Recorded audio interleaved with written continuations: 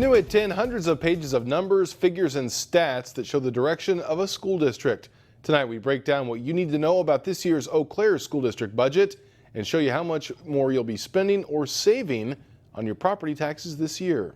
The budget was announced at last night's school board meeting in Eau Claire. WEAU's Kevin Hurd talked to school leaders and took a deeper look into the numbers. He breaks it all down in tonight's big story. Kevin? Yeah, Chris, I sat down earlier with a school district leader who helped walk me through the budget process. About 39% of the revenue comes from your property taxes. Tonight, I want to show you where your money is going and ultimately show you how much less you're projected to pay this year. The calculators were clicking the first half of 2013, helping map out this year's 2013-2014 budget for the Eau Claire Area School District. Crunching the numbers, helping determine where that money you pay in eventually goes out. Really, the budget process is a continuous process year-round. Dan Vandewater with the district broke it all down with me today. Let's start by comparing this year's budget to last, seeing whether you'll pay more or less in property taxes. He says we can compare this year's levy or the amount collected in property taxes to last year's numbers. This is a small decrease, about $500,000, or about 1%. That means you'll pay about 17 cents less on $1,000 of property you own.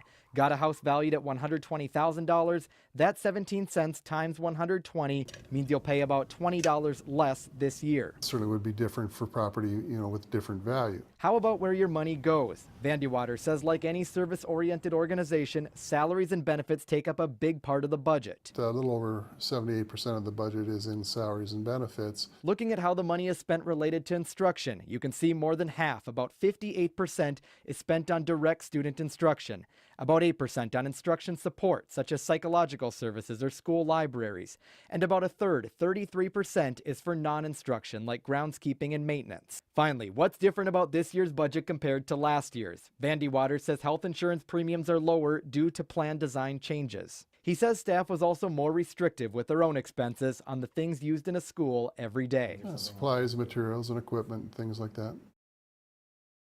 Now, this is not the final budget. There's still a few more steps. The board will approve this or a modified version on September 23rd. There'll be a public hearing after that before a final meeting about it on October 21st. Chris?